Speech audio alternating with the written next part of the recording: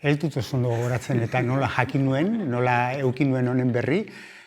Oker ez banago, sare sozialetan eta hasi nintzen hor mezu batzuk ikusten eta begarriak egiten ditzaizkian, gaia interesatzen zitzaidalako eta interesatzen zaidalako, eta ero lankide baten bidez uste dut heldu nintzela ja bertan izen ematea eta bertan parte hartzera lehenengo topaketa horretan. Garai horretan, Euskara zerbitzuan lan egiten, hor tokatzen zitzaigun Euskararen elkargunea dinamizatzea, bertan elkarte guztiekin, eta kezka hori genuen, nola sakondu hor dinamika horretan, Euskara plan bat egitea Gasteizeako, hirirako, modu partekatu batean, administrazioa eta baita ere eragile sozialak ere.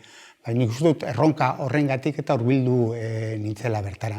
Ni neurri batean zirkulo baten moduan ikusten dut, zirkulo virtuoso esango nuke, berria proiektura eta hurbiltzen zarenean, hurbiltzen zara aldez aurretik eta baduzulako kezka bat, eta gauzak beste modu batean egin dituzulako, eta bertan, jendearekin zaudenean, parte hartzaekin, lortzen duzuna da, nolabait zure pentsatzeko modu hori indartzea, alduntzea izango nuke gaur egun neurri batean.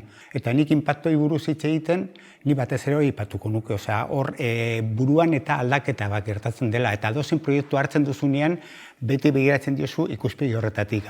Nola txertatu aldut nire proiektu honetan lankidetza publiko soziala.